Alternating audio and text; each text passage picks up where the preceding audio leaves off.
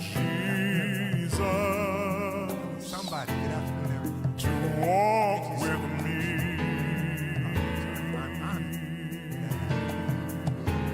All along my pilgrim journey.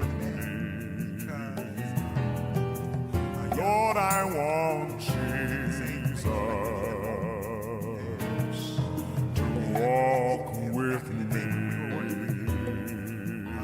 But we want to talk this afternoon about the history of and the continuing need for. In my trials, Lord, First of all, let's please define walk what a with regional me. conference is. Most people, when they think of regional conferences, they think, if I ask In you, my trials, Lord, you would say it's a black conference. please walk Regional with me. conferences, though, while they are black administered, they All are not black. along my pilgrim journey. Let me put something on the table right now. Lord, I want Jesus I'm going to say something to walk that with me. it's going to be a little difficult for us to own as a church. All right? So let me say two things on the front end. I believe with all my heart in the Seventh-day Adventist Church. I believe that it's God's remnant church. And I believe that God has raised it up to do a specific time. I have spent all my life in the Seventh-day Adventist Church. My grandmother joined this church after hearing Edson White on the Morning Star in Vicksburg, Mississippi. Okay, that's about as far back. When I was growing up, Sister Long, I had no non-Adventist relatives on either side of my family. Okay, I refer to myself, Dr. Shelley, as the king of the Adventists. You know, no, and I don't say that boastfully. That's just my family background. All right, so I believe in this church. Grew up Adventist, went to all Adventist schools, then became an Adventist preacher. All right, so. But I got putting this, and then, let me say one more thing. I also believe in, lest I sound like an angry old black man, I will tell you that when I was here, I hired the first Caucasian pastor, the first Caucasian teacher, the first Korean, the first women. I believe in diversity. In the United States, though, and in the Seventh-day Adventist Church, diversity is a one-way street. Primarily, it consists of people of color going to the majority culture institutions. That's how we get integrations. It does not often work the other way around, all right? So, having said that, and then having that, hopefully that prepares the way for this next thing. And that is, as much as I love the Seventh-day Adventist Church, and as much as I love the United States, both of them have an ugly history of racism.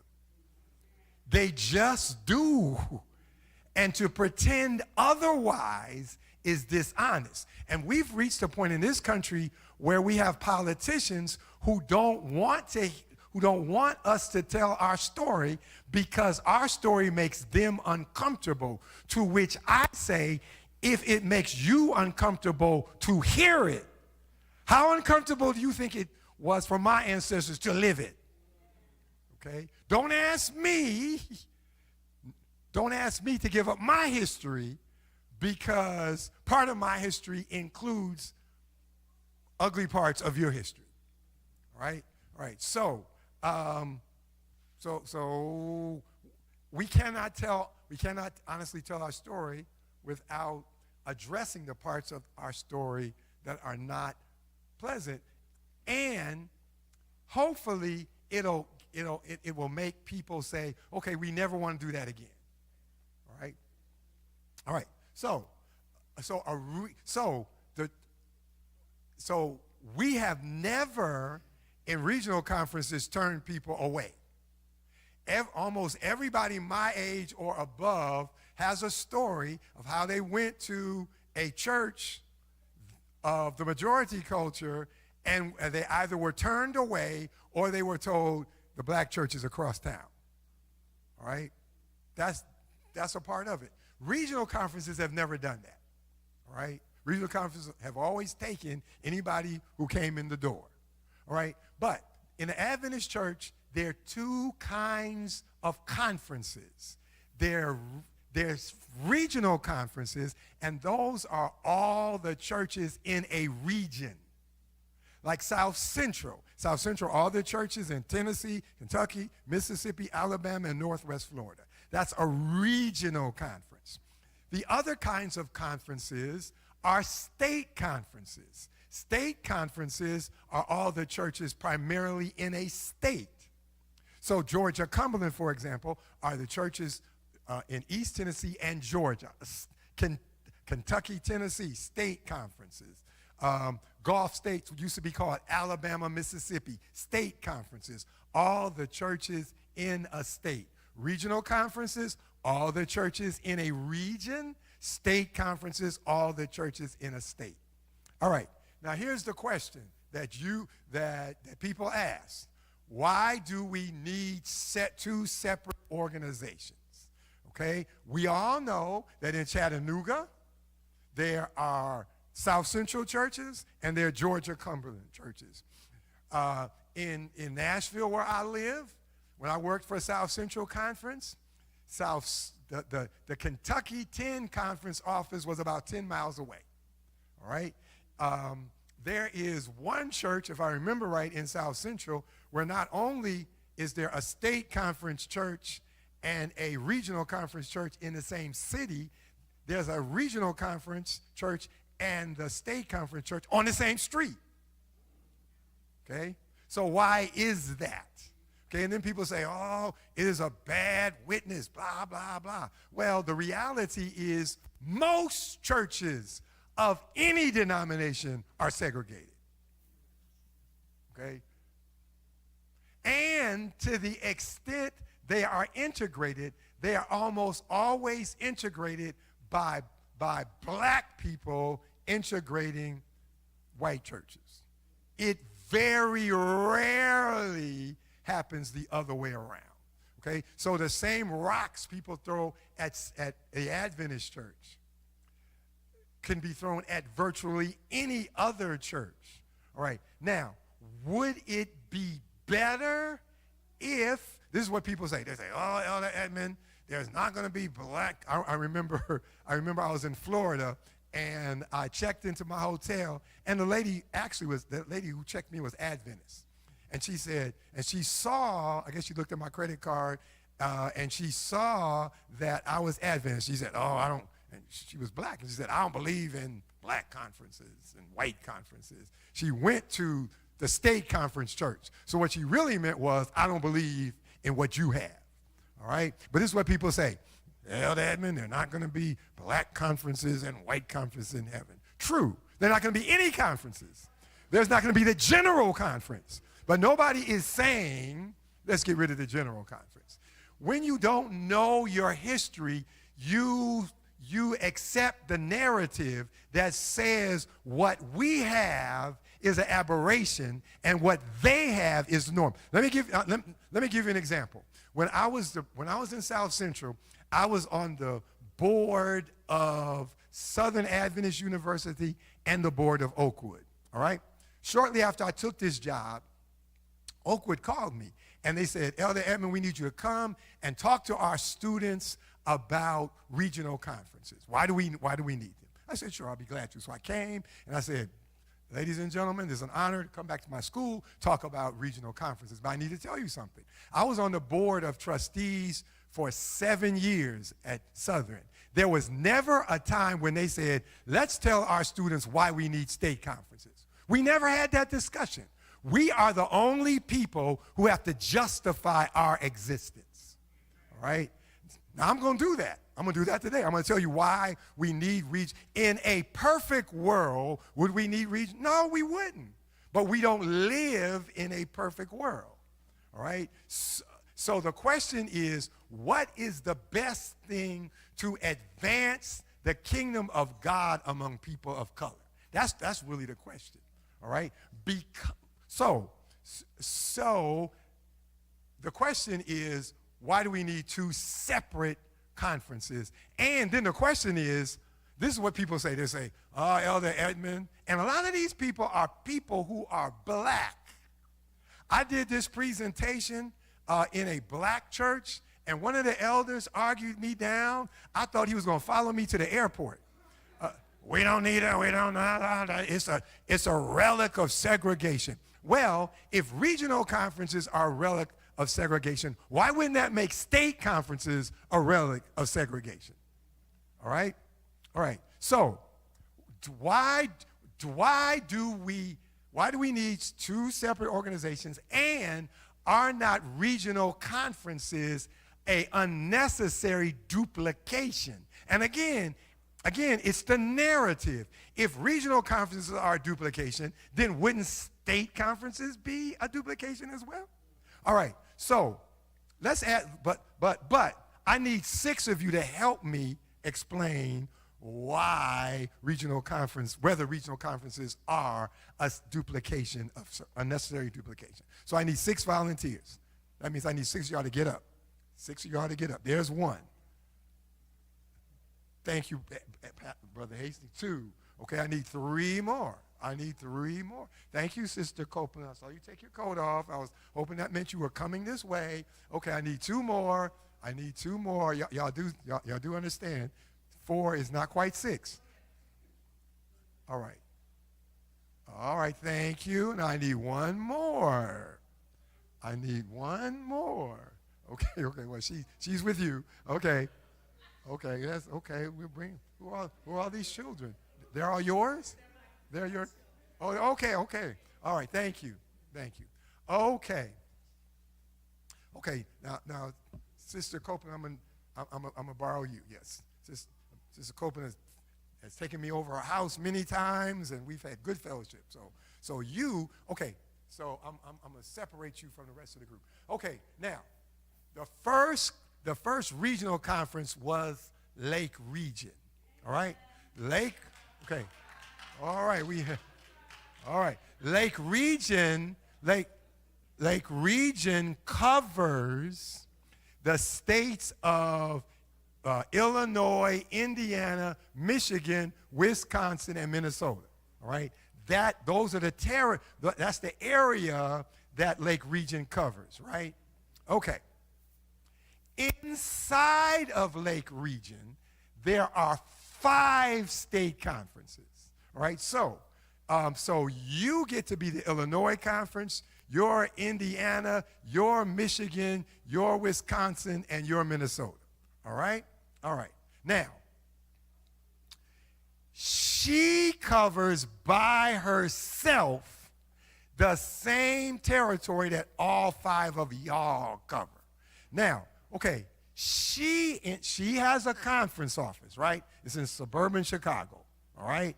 But guess what? He has a conference office, he has a conference office, he has a conference office, she has a conference office, she has a conference office, right? Inside that conference office, there's a conference president, right? But guess what? He has a conference president, she has one, he has one, she has one, she has one. In that conference office, there are departmental directors, like when I used to be youth director, right? Okay, so she has a youth director, he has a youth director, she has a youth director, he has a youth director, she has a youth director, They have a campground. It's in Michigan. But guess what? He has a campground, she has a campground, he has a campground, she has a campground, she has a campground. Okay, so which do you think costs more money to operate? Lake Region or all 5 of them? All 5 of them, right? She literally costs hundreds of millions of dollars less to operate than she does. All right? Now, all of them look at her and say, you are duplicating services. But who's really duplicating services? The one of them or the five of them? Okay?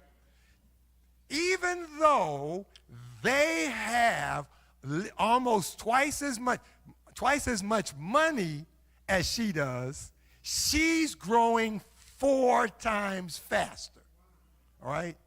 Which means, as I said this morning, she does more with less. Okay, but what they're saying is, they're telling her, you close down and come with us, even though we cost more money and we're less productive.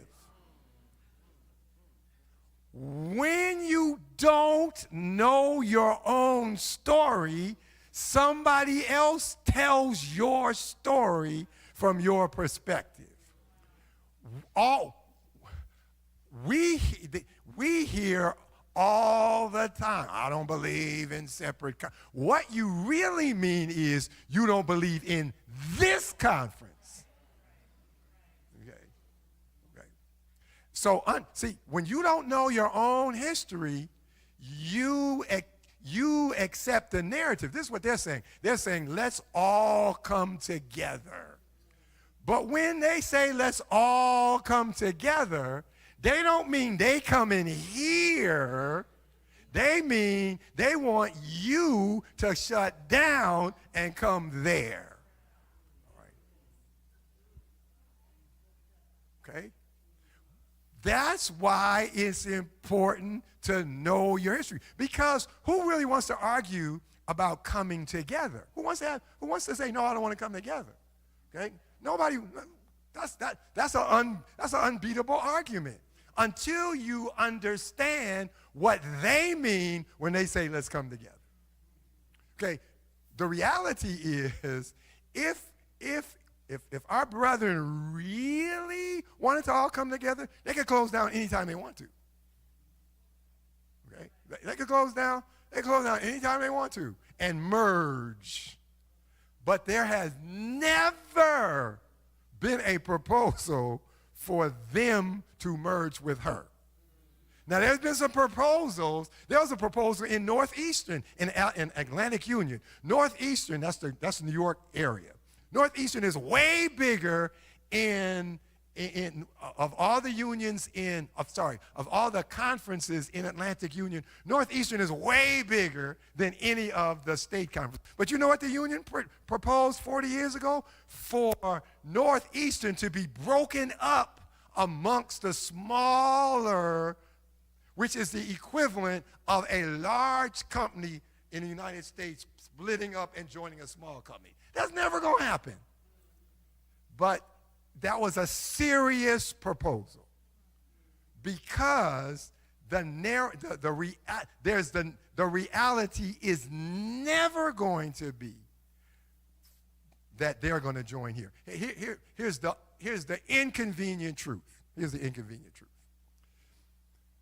The greatest building program in the world doesn't require you to raise money, doesn't require you to borrow money, it doesn't require a campaign. You know what the greatest building program in the world, you know what's going to get you a church faster than anything else? All of y'all to join a majority culture church. If all of y'all come, guess what's going to happen? Let's just be real. What's going to happen to that church? No, it's not going to close up. It's going to become a black church.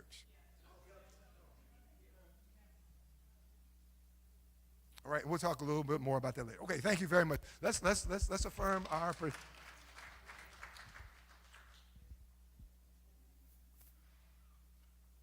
All right. Now, look at this fact. There are 9 regional conferences. In the territory of the 9 regional conferences, there are 30 state conferences. 30. Do you know how much more it costs to operate 30 than 9? Okay, when I was in South Central, it costs us about $20 million a year to operate. All right? So let's say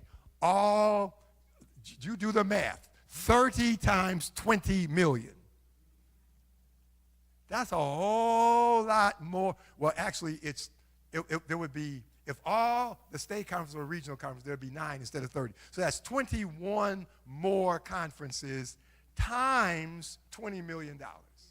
That's almost $500 million more to operate. All right? And that's assuming that it only costs $20 million to operate. Some of those conferences are up in the 50. Georgia Cumberland is probably a $60 million business. All right? Okay. All right. Okay, now, let's talk about some pivotal figures in the history of regional conference work.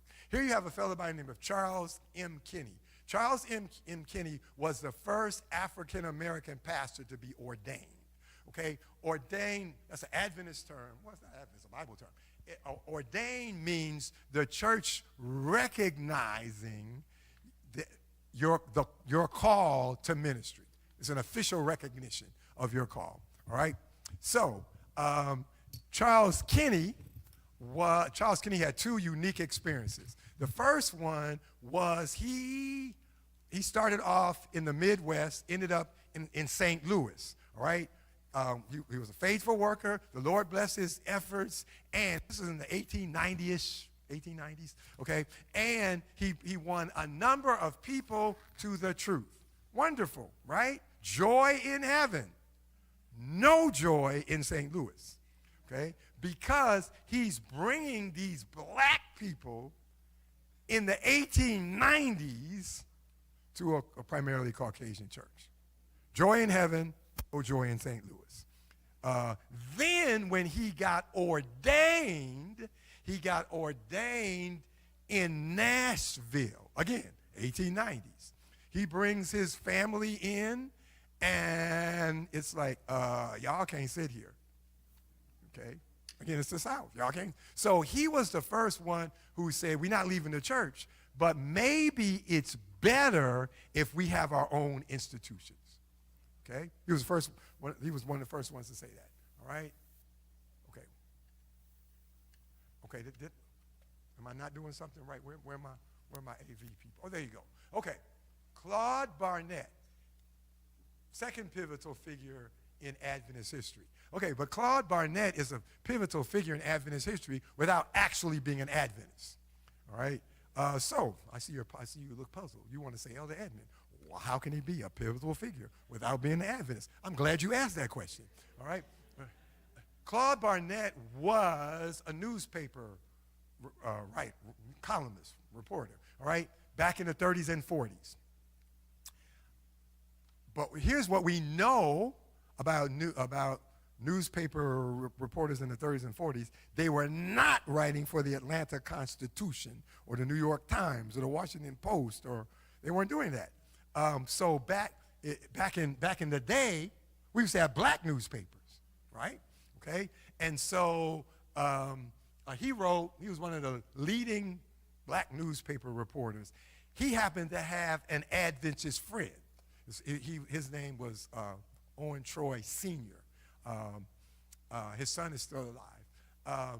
And Owen Troy kind of surreptitiously told him about how difficult it was to be a black Seventh-day Adventist in a church that was as thoroughly segregated as the rest of society. Unfortunately, the Adventist church, instead of leading society, followed society. So, for example, if it was lunchtime and you wanted to eat, and you were at the general conference cafeteria, the headquarters of the remnant church, but if you were there and you were black, you could not eat in the general conference cafeteria, right? There were schools up until, I imagine, the 70s that if you were black, I'm talking about Adventist schools. They're Adventist schools you couldn't get into, all right? I'm not so sure if Southern, by the way, wasn't one of them back no shade on no shade. I think it's a fine school. Would have sent my kids there if it wasn't at Oakwood. But let's be honest. Let's be honest. So there were some schools that you couldn't get into. Okay, Andrews, which is where I went for my postgraduate work. Okay, Andrews, which was called Emmanuel Missionary College back in those days. You could eat in the cafeteria, Sister Rita, but you would have to sit at the colored table. Okay, so Owen Troy told Claude Barnett, and he wrote about that and embarrassed the church. All right? But now, here's the straw that broke the camel's back. Lucy Byard. Okay, this is what we think she looked like. She was actually lighter than this. But, you know, this is actually a picture of a picture that cost a whole lot of money. Which is why I have Hastings, the picture of the picture, instead of the picture. All right? I happened to be there when they unveiled the real picture. All right? So Lucy Byard was from the Caribbean, and she had a form of cancer. This is 1943. Okay, she had a form of cancer. She wanted to be treated in an Adventist hospital because Adventist healthcare is a big business in the Adventist church.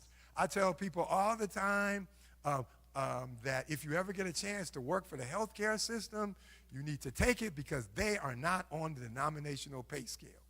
All right. So all the rest of us on the denominational pay scale. They are not. So I tell people, if you ever get a chance, in fact, if they call me right now, this meeting is over, I'm going to go work for them. All right? They are not on the denominational pay scale. All right? I mean, the people who are in administration, they make way more money. I mean, I'm not just a little bit more. I mean, I used to sit on their board, and we had to do what's called a salary audit. And when they rolled out those figures, I said, y'all know he makes what 20 of us make. I'm serious. No, that wasn't an exaggeration. It really was. So now you understand why I will be raptured away if they call me right now. I'm out of here. All right. So, but Lucy Byard wanted to be treated. She lived in New York. Wanted to be treated in our hospital, which was then called Washington Sanitarium. Maybe she knew, maybe she didn't, that by Adventist policy and by the law of the state of Maryland, black people could not be treated in white hospitals in Maryland. Now, that wasn't just a state law, it was a policy in our church, all right? So she writes for admission, so they don't see her, all right? Then when she gets there, she's light enough to pass. Y'all remember when folk could pass? Okay, she passed until either her husband showed up or they looked at her application, whereupon she failed. They kicked her out. This dying woman was kicked out of an Adventist hospital because she was black. Sent across town to the black hospital, which is called in those days Freedmen's Hospital, which today is Howard University Hospital, which today is an Adventist hospital. All right? Okay? And that caused such an uproar because it happened in one of the relatively few places in those days where you had a lot of highly educated professional black people in that church. Eva B. Dykes, for those of you who went to Oakwood, even if you didn't, some of you have heard of Eva B. Dykes. Eva B. Dykes was the first black woman, not first black Adventist, first black woman, period, to finish the requirements for a PhD. She went to that church. The second woman to finish went to that church. Okay? I don't know if you were old. Yeah, I don't want to take you down this. I want to take you down with me. Sister Bandy and I grew up in the same, I'm older than she is. We grew up in the same city. Helen Suglin was a member of that church, okay? And they said, listen, enough of discrimination in housing, in administration. And at that point, even though the Seventh-day Adventist Church had been around almost 100 years, there had never been a black administrator on the General Conference level. Never. All right? So they said, listen, enough. They formed a committee, which is what Adventists do. And as a result of their work, in April of 1944, the General Conference. So you think the General Conference only meets every 5 years. The executive committee of the General Conference meets twice a year. At the Spring Council, it's called the Spring Council and the Fall Council. At their spring meeting, the General Conference voted to allow what was called colored conferences. Y'all remember when we were colored? Okay. And part of the action said these colored conferences should be administered by colored pastors and colored laymen. Let me tell you why that was important. Up until that time, black people were not allowed to run much of anything. The General Conference, because there were no regional conferences, the black work was run by the General Conference through what they called the Negro Department. So we went from color to Negroes, all right? They were in charge of the black work, but the General Conference decided to appoint someone, and guess what their ethnicity was? The first 3 directors of the Negro Department were not Negroes. They were Caucasian. Even in Africa, up until the 70s, the work in Africa was led by white Americans and Europeans. Okay? Because black people were not. Even at Oakwood, the first few presidents of Oakwood were Caucasian. All right? It was important that the action said to be administered by colored pastors and colored laymen. The other thing that's important about that action is that was a General Conference vote. Okay? Black people didn't get mad and say, we out of here. The General Conference voted that. In those days, the General Conference leadership was almost entirely Caucasian. Why is that important? Faced with a choice between integration and regional conferences, the church chose regional conferences, all right? Which makes this let's all come together thing, it puts it in a different light. Because what our brothers are really saying, and they don't know it. I have done this same presentation in Caucasian churches. Done the same presentation, all right? And they didn't know. You know, everybody who's not like us is not bad, okay? There's some wonderful people who are not African American who helped us have what we have, all right?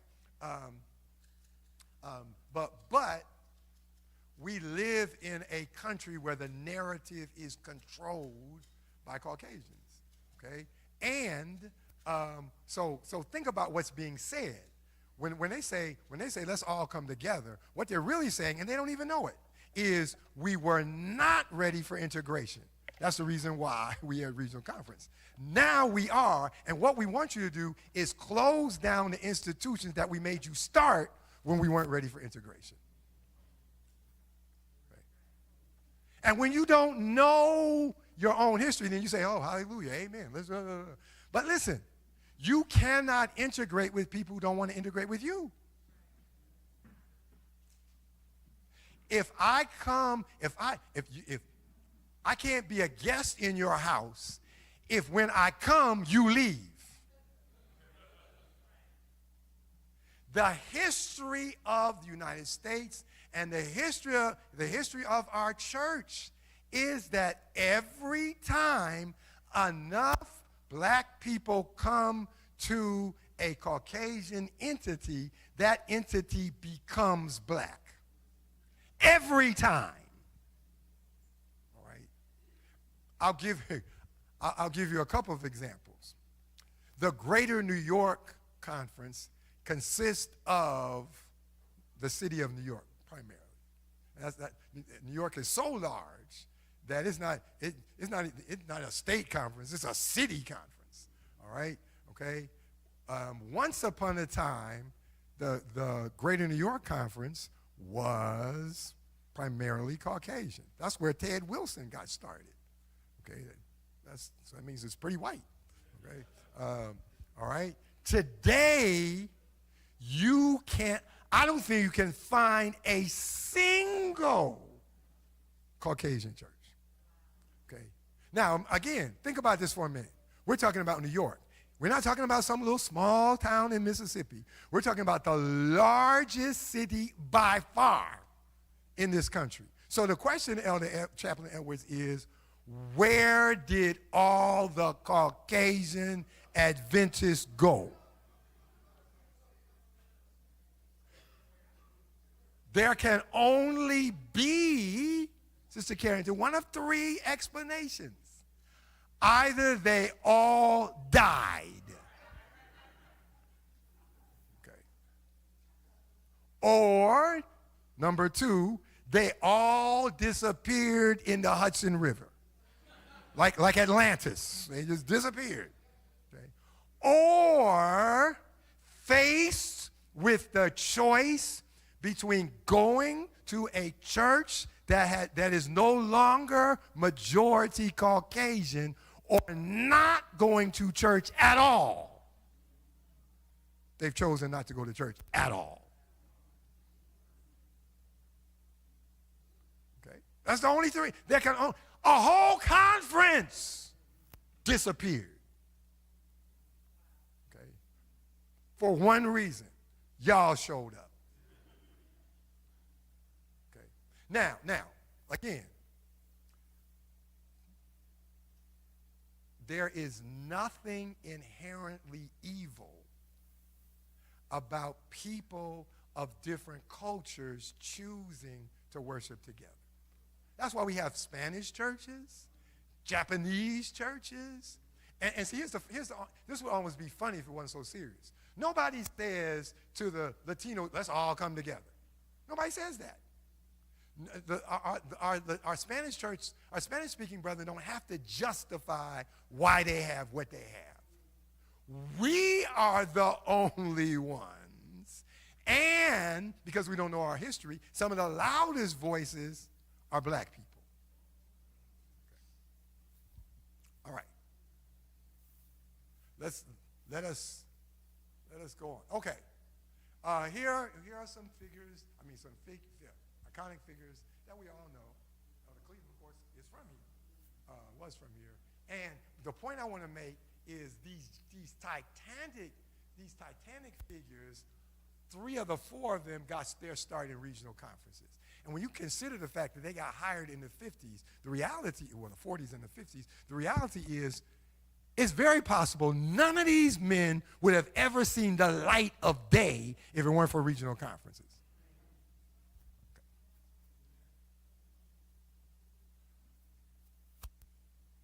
Okay, why are you not? Oh, that's because I keep hitting the wrong button. Oh, no, I didn't. Okay, why is, help me out, AV people. Okay, there you go. Okay, here's some regional conference entities. The Regional Conference Retirement Plan, Message Magazine, Breath of Life, the Regional Voice. The Regional Voice is the same thing as the Southern Tidings. How many of you get the Southern Tidings? All right, the Regional Voice comes out once a quarter, but it comes online, okay, because it is enormously expensive.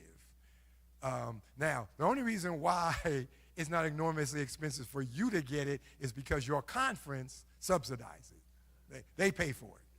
We have to pay for the Regional Voice to go out. Very expensive, all right? It's online and you can get it at Adventist Regional Ministries. Regional Ministries. All right? And it comes out once a quarter. All right? The office for, Okay. Okay, now let's close with 7 reasons why we need regional conferences. All right? Here's reason number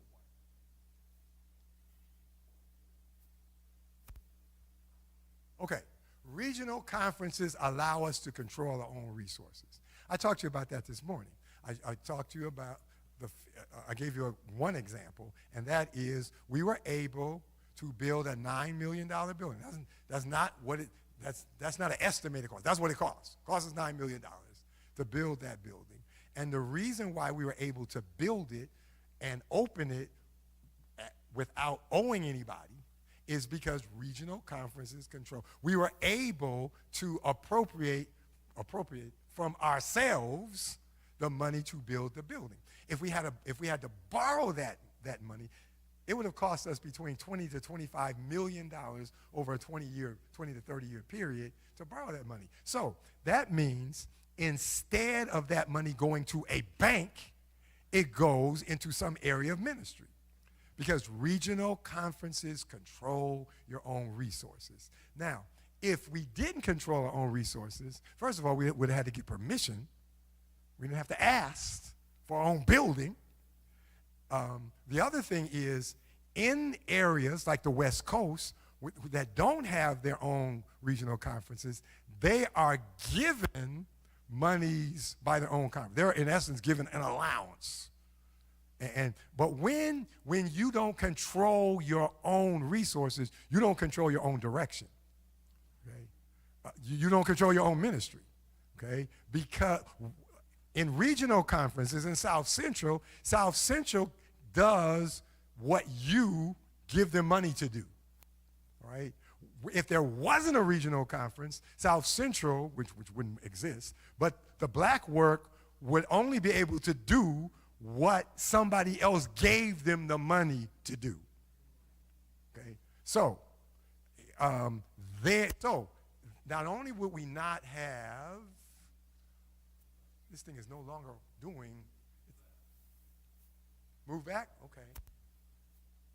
I did move back, and, okay. I need y'all to rescue me.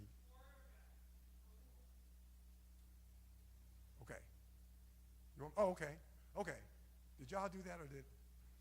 Okay, so now, all right. Okay. We would not have the building. There's the building here. That's the building here. There would be no Charles E. Dudley. We named it after Elder Dudley. There would be no Elder Dudley building or no regional conference retirement. All right? Now, the next time people say black people do not, and this is the thing that we say, we don't know how to run stuff. All right? The North American Division had a retirement program. They ended up $1 billion, not million, $1 billion in the hole. $1 billion. Let me say that one more time. $1 billion. All right?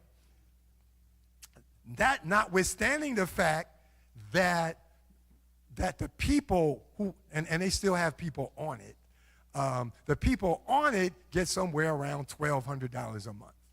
You work 40 years and you get $1,200 a month. Okay, now I know some of you are really great at with money, but most of us can't do that. All right? All right. The regional conference retirement plan operates at a level that when my time, which is coming up very soon, when my time comes to retire, because South Central is the only conference that has a supplemental retirement plan. When I leave, between the regional conference retirement plan, South Central's plan, and Social Security, I will make more in salary than I'm making now. Okay? All right? But that's because regional conferences control their own resources. All right, next slide, please. I'm not fooling with it anymore. Let y'all do it. Okay. regional conference, and really this should be the number one reason. Regional conferences are the best way to reach people of color with the gospel. They are. Now, is our responsibility only to people of no, but that's our first responsibility, because if we don't do that, who's going to do that? Okay, and so when people say, oh, that's a relic of segregation, think about this for a minute. And this is actually a real example. One of the things that regional conferences are doing is we are assisting the Inter-American Division at their request with the largest evangelistic effort that may be in the history of this church. They're doing 500,000 Bible studies, and they want some of us to come over and do the follow-up for those 500,000. So there are a number of people. I'm one of them that's going to go. I'm going, at least that's what they told me, I'm supposed to go to Honduras. Okay? The problem with Honduras, I don't speak Spanish, which means everything I do is going to have to be translated.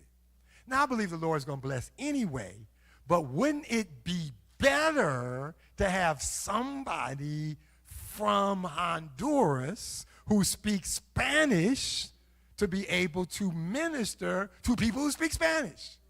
That's the same thing with regional conferences. Isn't it better to have somebody who has the same cultural experience, same cultural background, to reach people of that same background? We're the only people, though, where other people think that's a bad idea. Okay.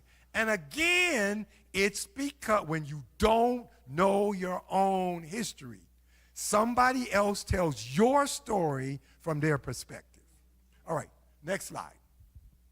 Regional conferences give people of color a seat at the denominational decision-making table. When decisions about you are being made, you need to be in the room, okay? You are either, somebody said one time, you either have a seat at the table or you're an item on the menu, okay? There are times when there are decisions made that affect you, and you need to be in the room. Now, in the Adventist church, representation on those kinds of entities are decided by two things: your membership and the denominational entity. So when I was president of South Central, I was automatically a delegate for General Conference because South Central is an entity. If it wasn't for South Central, we would be in the room on the union waving our hands saying, hey, y'all, will you please remember that remember to include us. We don't have to ask to be included because we have our own entity. We are automatically included. All right. Next slide, number 4. Regional conferences are a better economic model. We just showed you that. When we said, hey, there's five state conferences as opposed to one. If I'm running a business, I would much rather pay the expenses of one thing than to pay. I don't want to pay 5 presidents. Okay? I only want to pay one. All right? So regional conferences are a better economic model. All right. Now, I meant to say, in terms of reaching people with gentrification, we have white people moving into the inner cities. We have a responsibility to reach the people in our neighborhood, which means we're going to have an entirely different discussion. And that is, how do we reach the people who move back into our neighborhoods? And because not only are they not black, but unlike a lot of our brethren in the inner city, they also are not poor. Okay? Because what they in essence have done is taken over and properties that aren't very expensive, and they've built them up. And so in Capitol Hill, which is one of our larger in terms of tithe, Capitol Hill in Washington, we're talking about homes that are up to $2 million. Well, if I have people in my neighborhood that have $2 million homes, the food bank and the clothing giveaway, that's not going to work. They own food stores. So they don't need a food bank. All right? So we have to have an entirely different conversation that we haven't had yet. But we need to have it because somebody's got to reach those people, and in all likelihood, it's not going to be state conference people. It's going to be us. All right? Reason number 5, why we need regional conferences. They're one of the greatest success stories since 1944. They've grown 4 times faster. And think about this. When you're faithful, which I assume everybody in here is, when you're faithful and return your tithe, not all your tithe stays in South Central. About 25% of your tithe leaves South Central and goes to fund the work around the world. All y'all who say, "Oh, I don't want to send all of that money out up." Well, the reality is the Adventist Church has been given a mission, not by Elder Jones or Ted Wilson or Dr. Smith. That mission comes from God, which says, go into all the world. You cannot go into all the world without an organization. Right? You can't do it. Okay? But that organization requires funding, which requires faithfulness. Okay? All right? And our people, meaning Seventh-day Adventists of all races, kindreds, tongues, have funded our church at a level where there's no church, no other denomination that would trade places with us. Because the Seventh-day Adventist Church reaches we have hospitals, churches, schools in approximately 90% of the countries in the world. So the organization, no matter how frustrated those of us who work for it get and how frustrated you get with it has largely done what it's supposed to do, and that is to take the gospel around the world. We could not do that if all y'all said, and some of you all, of course, I know nobody here does this, but some of y'all just say, "Oh, I'm putting all my money in offering because I want my money." First of all, it's not your money, okay? But I want to see what no. Part of our job is to take the gospel around the world, which you can't do from here. Even if you baptize everybody in Chattanooga, every last person, it doesn't get us out of here. The gospel has to go to all the world. That's the job of the church, which requires an organization. Is the organization perfect? No. But you know why the organization isn't perfect? Because it's run by people. It's never going to be perfect. Jesus had Judas in his organization. Okay? As long as you have people. Okay? And that is one of the marks that we're God's people when, despite all of our flaws, we can still get along. All right? All right.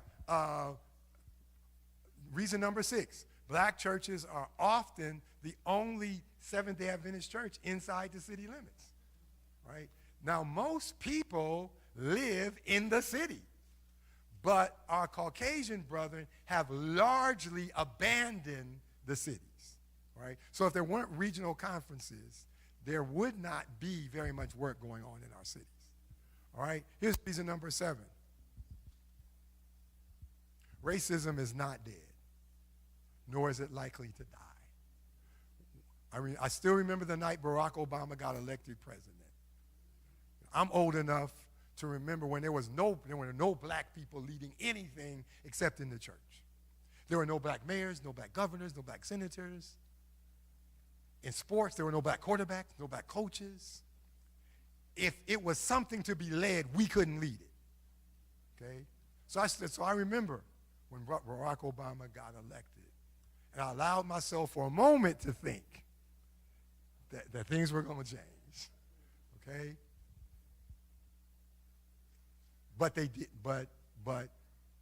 didn't. Racism is something we're going to live with until Jesus comes. Okay? So then the question is, what's the best way to work around racism and finish the work? Okay? All you young people who talk about Wakanda, okay, but regional conferences are the closest things we have to Wakanda. It is. It's the closest thing we got. Okay? It's FUBU. It is. All right? And the Lord has blessed, despite all our disadvantages. Because here's another disadvantage that we don't often think about. Okay? Remember I told you about that 25% that you don't keep? It's the same 25% no matter how much money you have. So let's look down the road at South Atlantic. Okay? The same territory that South Atlantic covers, Georgia, Cumberland, and the Carolina covers. Okay, South Atlantic's tithe is 30,000. The state conferences in that same territory, 30 million. Okay, the same territory, the tithe for the two state conferences is 100 million. 100 million, all right? So that means when they give their 25%, they got 75 million left. We got 30 million and we haven't written our first check. Okay? So, you know, people, we are very quick to talk about us. The fact is, our Caucasian brethren are not better at running stuff. They just have more money. You give Elder Jones and Miss Creighton $100 million. See what they do with it. Okay? So the hardest people to convince about what's best for us is us. Okay. All right. Real quickly, three great myths about regional conference. Here's myth number one. They're a relic of segregation. No, we didn't cause regional conferences didn't cause segregation. They are a product of segregation. All right? Number two, this is another one. Let's all come together. Okay. 2 weeks ago, I was in Phoenix, Arizona. I was preaching in a church, one of the larger black churches in Phoenix, Arizona. There are no regional conferences in Arizona. That church, your church today was more integrated than that church. Okay? That church was just as black as most of our churches are. Where there are no regional conferences, there still isn't any integration. They just don't have a structure. So they don't have integration and they don't have a structure. All right? I've had the privilege of preaching in about 20 or so churches on the West Coast. Okay? Of all those churches, one was integrated. One. The other 19 were every bit as segregated as the churches in South Central. Do you know the reason why we have segregated conferences? Because we have segregated churches. If South Central went away tomorrow, there's not going to be suddenly an influx of people from Georgia, Cumberland coming to your church. What doing away with regional conferences would be doing away from our ability to control our own ministry. That's the only difference between California and South Central. One of us controls our own resources. One of us has the ability to direct our own ministry. Okay? Neither of us has integration. I got a call about 25 years ago to go pastor a church in California. And so when and in California, they have what people tried to have when I was here, and that is they want the church to choose the pastor. That's what y'all, somebody, let's have the church choose the pastor. We know our church better than you do. You do. You do. I know the workers better than you. Most of y'all, out of the 90 or 100 pastors in South Central, most of y'all outside of Chattanooga probably know 5. So how in the world am I going to turn over the assignment of pastors from the people who know the workers to the people who don't? They're not your employees. They're South Central's employees. So why? You don't get to choose somebody. That's like you saying, I want to choose the general manager of Walmart. You don't work, they don't work, you don't have any, they don't work for you. So you don't get to make that choice. But in California, they have ceded that responsibility to the churches. So the church decided that they wanted Mrs. Edmond and I to come and pastor them. And so they had the whole, we met. They had a search committee. When I was in South Central, we had a church. They said, we want to set up a search committee. I said, we don't do that here. Don't you know they did it anyway? They had a search committee. They sent me 3 names. As soon as I saw it, I deleted. Y'all ain't making, y'all are not deciding this. I don't even know who they said. Delete, boop, gone. Okay, but in California, they tell the conference who they want. Okay, and so so I said, okay, if that's how y'all want to do it, Mrs. Edmond and I will meet, because they said, no, Elder, and we want you. I said, no, since this is how you all do it, Mrs. Edmond and I will meet with your search committee. So we did. And this is what I told him. This is what I told him. This doesn't have anything to do with the presentation. But I said, y'all's reputation is you run the church and you just want the pastor to preach. I said, I don't do that. I said, so if that's what you want, you got the wrong person. He said, no. That's what they wanted. It got proven with the person who did go instead of me. But they said, this is what they said. They said, Elder Edmond, if you come out here, are you going to talk about separation? That's what they call black conferences. I said, no, I believe in self-determination. If you all don't want regional conference, you don't have to have them. But in their minds, regional conferences represented separation. They had separation. It wasn't nobody in that church but black people. Okay? They had it, they just didn't have the structure that allowed them to make decisions for themselves. All right. So we wouldn't all come to, in areas where there are no regional conferences, their churches are every bit as segregated as ours are. Okay. Myth number 3, that integration in the United States and in the Seventh-day Adventist Church is not a one-way street. It is. It's true of neighborhoods. It's true of churches. It's true of conferences. All right. Let's continue. We're wrapping up. Okay. Here's what we have to remember. Black people are in a search. Black people seek diversity, but diversity does not seek us. It just doesn't. And see, here's the other thing. We have defined diversity as the presence of the majority culture. So if you don't have people of the majority culture, not diverse. That's why people say Oakwood is not diverse. Okay? So I have parents who say, I don't want to send my child to Oakwood because I want diversity.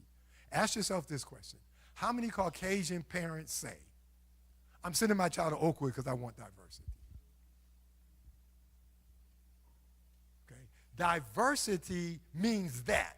It means a bunch of people of different cultures. How many of you, either you or your parents, are not originally from the United States? How many of you? Let me see your hands. Okay, I mean, keep up. Let me see your hands. Okay, you know what? We have diversity. But most people would look at this group and say, it's not very diverse. Because we define diversity as the presence of the majority culture. Okay? Again, that's because the narrative is controlled. All right? Next, final, I think, is that my last slide? Okay. Here's the greatest threat to regional conferences. It's not knowing and not telling our own story. All right? I remember when I first got into administration, I would listen to the older people in administration who are now my age, the age I am now. But I was, when you're young, you think everybody's old. So I would say, listen to the old guys. And they would bang on the table and say, the threat to us are the fact that our Caucasian brethren want to close down regional conferences. Okay, well, and so I listened to them and I was saying, okay, we're not going to let that happen. Fight, Well, here's what I learned. They may have been right, but here's what I learned. Learned two things. One, South Central in particular is set up so that nobody can close you down but you. Constitutionally. The General Conference can get mad at y'all. Most conferences have in their constitution the ability for the General Conference to call a constituency meeting about you without your permission. And you got to pay for it. Most conferences are set up. They're based on the model constitution. Okay, when Elder McCoy and I were in South Central, we said we will not allow that to be put in our constitution. Okay, and we got some pushback on it, but it was like, no, y'all not coming in here telling us that when we need to have a constituency meeting, we'll call it. Okay? But most conferences are set up, they're based off the General Conference model, and the General Conference has in essence said, what y'all need to do is give us the ability to come in. And on some level, that makes sense. If the whole conference decided to go crazy, as has happened once in our history, then they want the ability to come in there and say, no, y'all are crazy. I'm talking about doctrinally crazy. Y'all have gone off the deep end. We're replacing your lead. What we've said is if we go off the deep end, our people will fix that. Y'all not coming in from the outside and fixing that. All right? But when I was a young administrator, they used to say that's the greatest threat. They want to shut us down. They want our money and blah, blah, blah. Because even though our growth rate has slowed down, the growth rate among state conference is way down if you take out people of color. Okay? What's propping up most state conferences are two things. One is the migration of people of color into their conferences. Now, that's fool's gold. Because what happens, and it's funny, what was funny is watching them deal with that. We were sitting in a meeting with them, and what they really wanted to say, there was a bunch of us conference presidents in a meeting, and what they really wanted to say was, it's hard for us to grow our work because when we start something, you all come.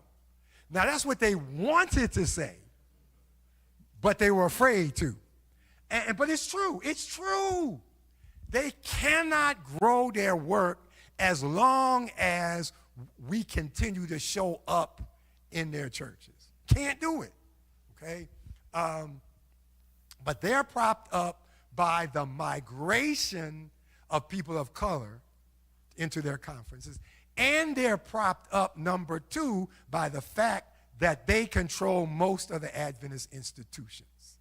Okay? Southern, for example, you take Southern, and the other huge advantage they have is Little Debbie. Okay? When I was in South Central, Little Debbie, what's his name? I forget his name. I should remember his name. Yes, yeah, Brother McKee, fine person. He gave us $100,000 a year. Now, if he's giving us, what is he doing for them? Okay? Okay? We don't have anybody. I know y'all, I know you're looking prosperous, Dr. Shelley, but I don't know. I don't think you and Brother Hastings can give us $100,000. All right? Okay. So they have the institutions, okay? And the reason why you don't recognize what a big blessing having an institution is, South Central is the only conference that has an institution, Oakwood. You take Oakwood out of South Central, and we in a heap of trouble. Let me put you another way. There are 1,250 regional conference churches. You know who the two largest in tithe are? Oakwood and First Church. Okay? Oakwood by itself does more tithe than about 4 conferences. By itself. Okay? Oakwood and First Church by themselves do almost as much tithe as my home conference of Allegheny West. Those two churches do almost as much tithe as that. So having Oakwood is a huge benefit. I mean, there's probably altogether, I'm not there anymore, there's probably $7 or $8 million coming out of the Huntsville area. Okay? That's a small conference by itself. All right? That's the only Pine Forge is our other entity, but their payroll is a lot smaller. There are 300 workers at Oakwood. That's a huge payroll. Okay? That's the only. So one of the reasons why Georgia Cumberland is so big is because of Southern and Little Debbie. Okay? Georgia Cumberland is one of the biggest conferences in tithe in the North American division. All right. So the getting back to what I was saying, the greatest threat is not Caucasians shutting us down. It's the apathy and indifference and the lack of knowledge of our own people. Okay. And here's where I close.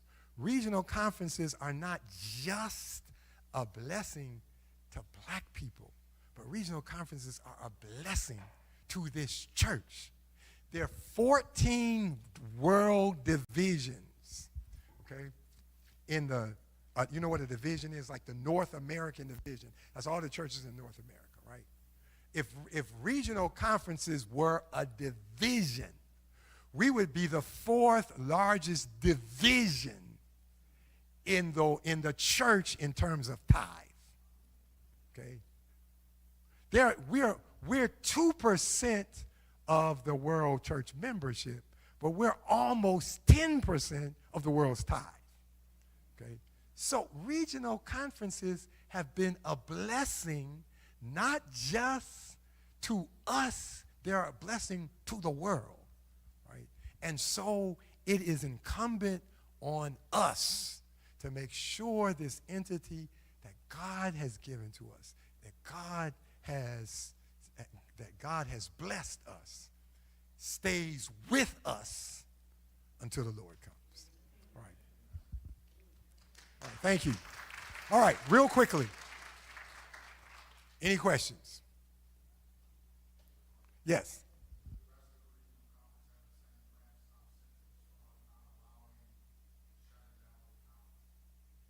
Well, I used that expression, not shutting down the conference. I don't think most people look at it that way, but it does when you have somebody that you've given the ability to call a constituency meeting. In theory, they could come in and vote you out of existence. All right? Now, nobody ever does that. That's not even the reason why that's there. But we've said we will control what happens in South Central. So, but we're the only ones that have that. Yeah. Yes, ma'am. When I say we, I'm actually not there anymore. That's just reflexive from almost being there for 40 years. Okay. Yes. Oh my.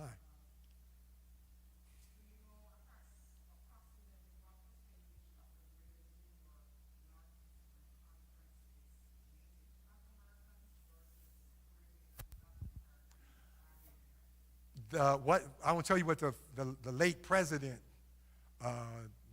Daniel Honore, told me that I got to go by what he said. It is I can tell you from my experience, it is overwhelmingly Caribbean. Overwhelming. That's true though of Allegheny East, Southeastern, and Northeastern.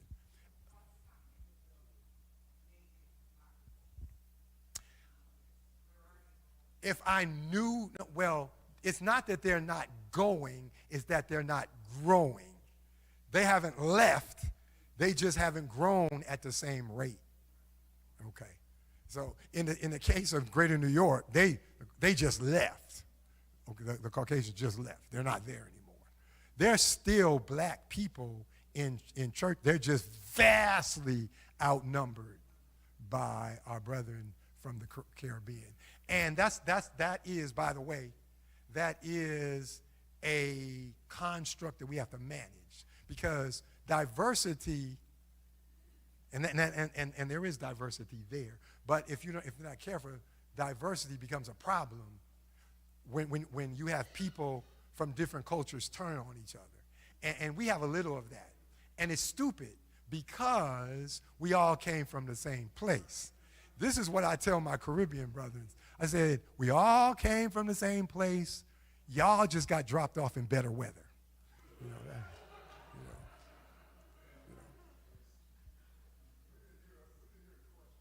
She said, what percentage of Greater New York and Northeastern is native African American as opposed to West Indian?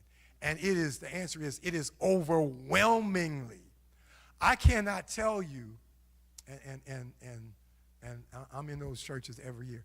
I can't tell you the last time I went to a church in Northeastern, Allegheny East, or Southeastern that was not majority West Indian. Can't tell you the last. And I've been doing this for going on six or seven since 2018. So this is 6 years. I can't tell you the last time I went to a church that was not majority West Indian. Okay, we are not growing our church with indigenous people from the United States. We're just not doing that of any color. We're not baptizing indigenous white people or indigenous black. We're just not doing that. Yes.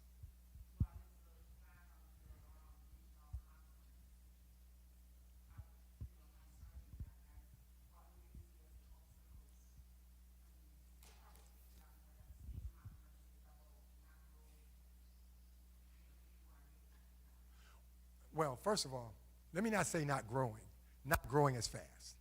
You know, we still, South Central is still overwhelmingly people of indigenous people. Okay, so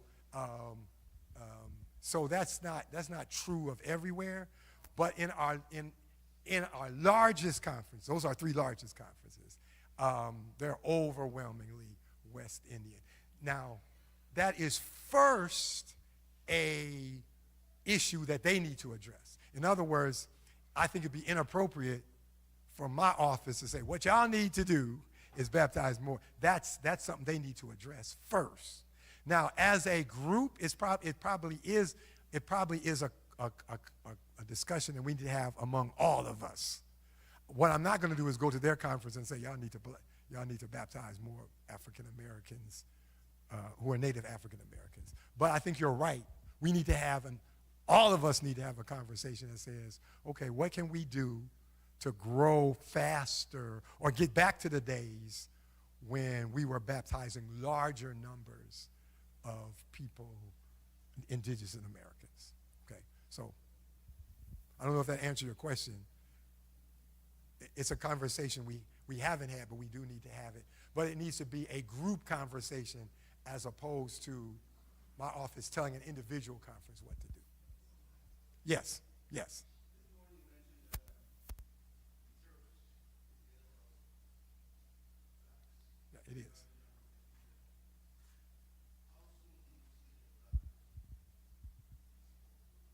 I think it's inevitable if the Lord doesn't come.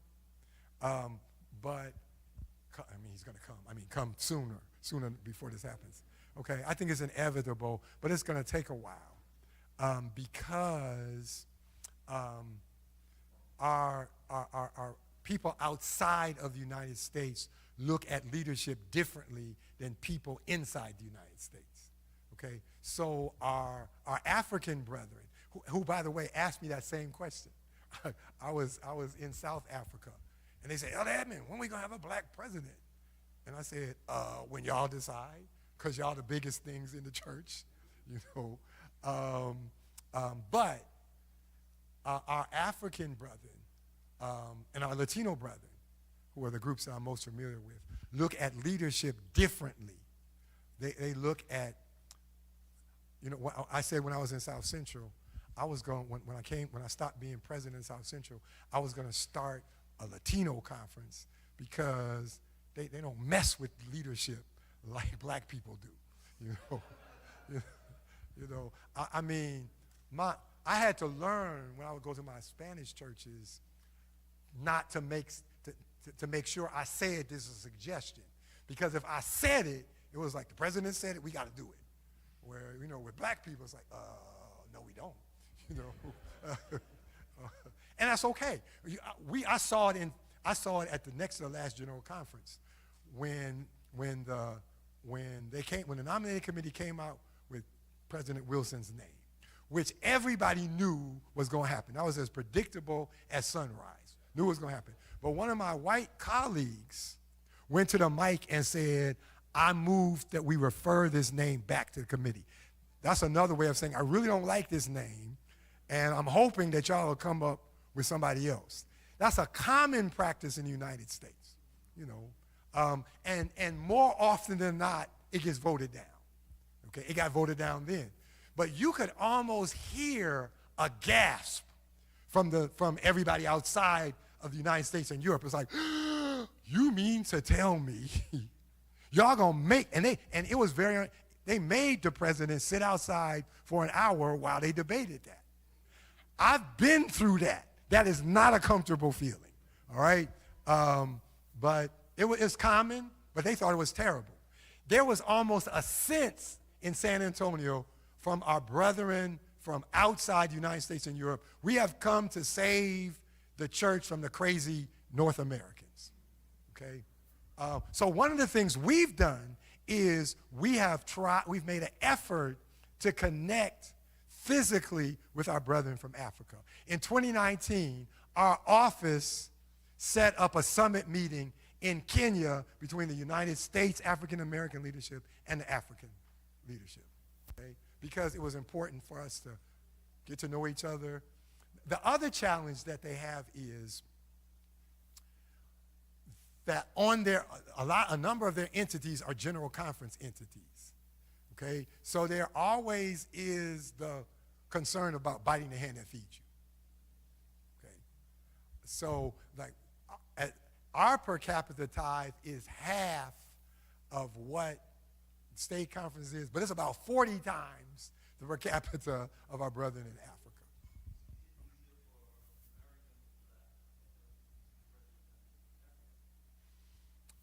Good question. Good question. He said, would it be easier for an American black to become president of the General Conference than somebody from Africa? I would say it would be easier for somebody from Africa for two reasons. One is what our brethren outside the United States look for when they're looking for a president is somebody who has international experience, okay? The last couple of presidents that we've had have been people from America who served overseas. There are not a whole lot of black people with that, okay? So it would be easier probably for somebody from Africa, provided our African brethren would kind of think it's okay, I'm not sure. You are a product of what you're used to, okay? And if you're used to Caucasian leadership, then that's what you're going to look for. And the other advantage that any general conference president has is it's his job to go to Africa. That's his job. That's not my job. Okay, so I go once a year. Okay, he probably goes 10, 15 times a year. So they know him, they don't know me. So it's going to take a while. Now I think it's going to happen eventually, but it's going to take a while. Yes.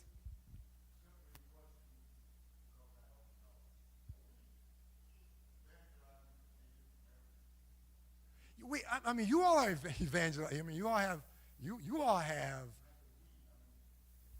Yeah, no, we are evangelizing.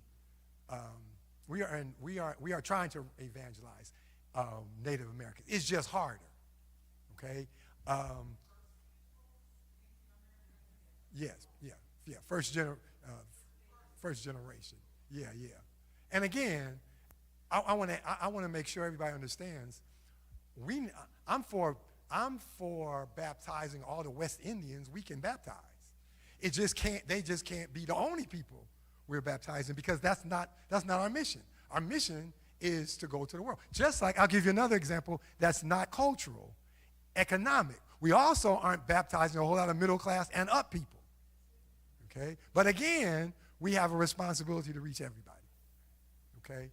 So the kind of evangelism that we do, public evangelism, it's easier to reach a certain right. I was in Brooklyn year before last. Okay, they had a huge tent.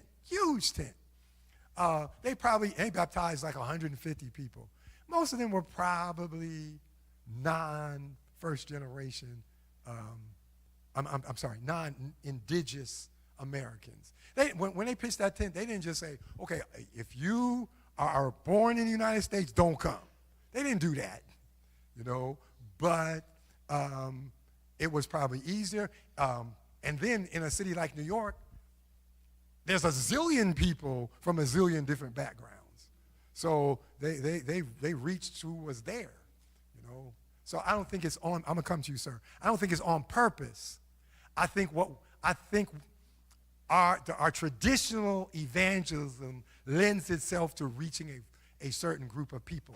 And that may be that when we started, that's who most of us were. Okay?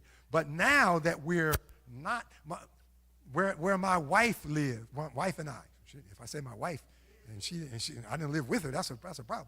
Where my wife and I live, you can't pitch a tent there,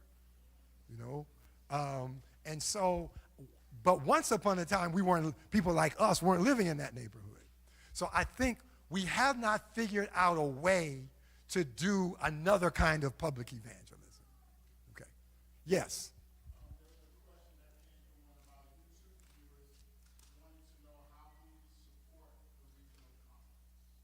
Okay. And let me see if there are any more questions. I'm wrapping this up. I'm gonna wrap this up. So, if that's the last question, then we'll take it. Are there any other questions? So I can say, okay. So that's the last question. Okay. So I can understand again. Read it again for me, please. They just said, how do we support the regional conference? Your tithe and your membership and your ministry support regional conferences, and that's your tithe, your offering, and your ministry. And let me close by emphasizing the ministry aspect, because that's the area that hasn't come back in most places over with the pandemic. The good thing that came out of the pandemic is we figured out how to use media better. The other thing that came out of it is we got serious about online giving. At the point that we closed our churches, 65% of our churches didn't have online giving. Okay, and so when we first closed, I was horrified. I still remember, because part of my job is I meet with the regional presidents. In fact, our office sets up the meetings, and I still remember we had a called meeting when the pandemic first hit, before people started, before really our churches started closing. We had a meeting. It was a phone meeting, and I still remember to this day. They said we'll not greet each other. We won't do AYS. We won't do communion.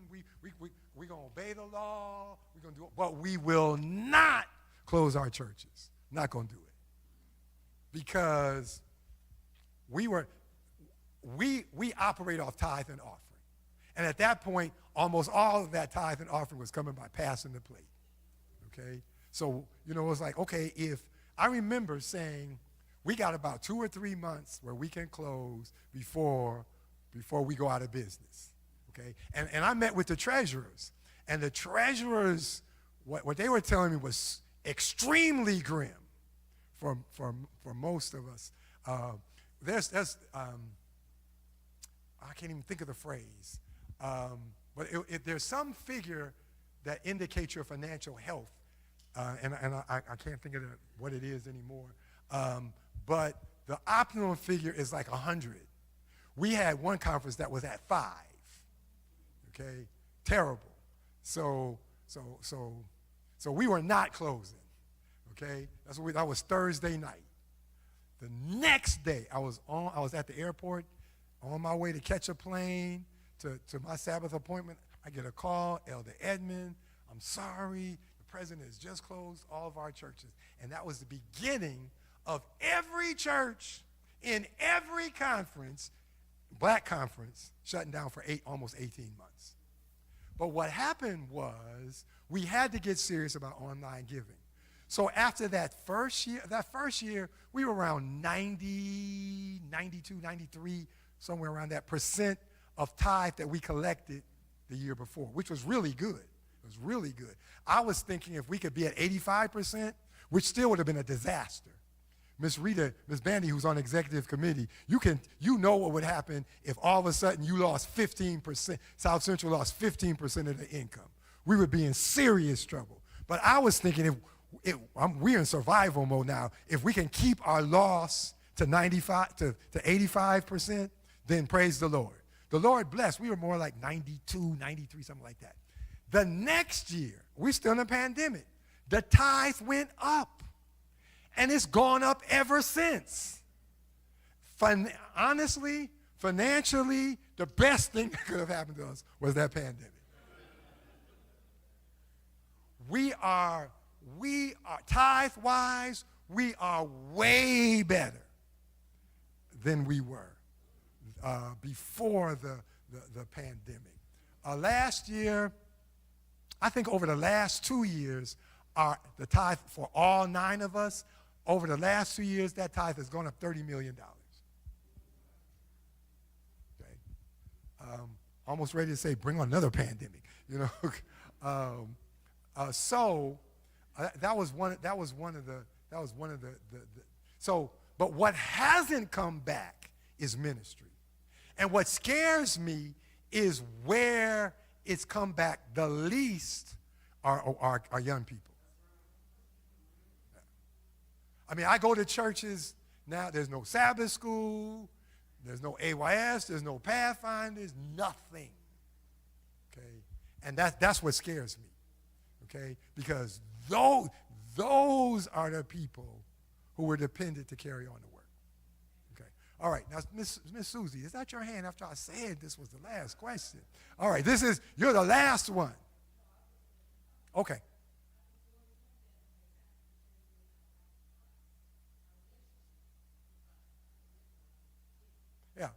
I think so. I wish that would translate into service. I think when we went home and really, really got out of the habit of serving, I don't think that's come back yet. Okay, and that's a challenge. That's a challenge. I'm telling you, the other thing that scares me, then I'm done, is while most people have come back, because there was a while it was scary. Most people in the places I go have come back, okay, but not everybody. And then the question is, are people who are not serving and not attending, are they going to continue to support a church that they don't attend or serve in? You know, so we'll see. What I hope is this nice little windfall that we're experiencing tithe-wise is not the calm before the storm. Okay. All right. All right. Thank you, ladies and gentlemen. Come, sister. Where's Sister First Elder? Come close us off. I appreciate the opportunity to share. Let's give Elder Edmund another round of applause. Thank you. I really feel educated. Do you? I think that I could talk to someone about this now. So I'm imagining that's probably what you would like for us to do. Amen. So I think we've got our charge. We've learned something. Please share it. Well, let's close our eyes. Oh, Lord God, we want to praise your holy name for what you have done in this church, how you've blessed us, how you've given us as people who have come from slavery or come from other countries and given us a conference and a regional conferences and a place here in this church. We know that you want to do so much through us. You've done so much already, but there's so much more that you will do. We praise you for the increase in tithe, but as Elder Edmund said, it's the service. And you're looking for fruit from us. So please bless us to let you fill us and grow us to be fruitful people. We're thankful for your love and your mercy and your grace. And we ask for your blessings as we close out this Sabbath day and move into the following week. We love you and we praise you. In Jesus' holy name we pray. Amen. Thank you all.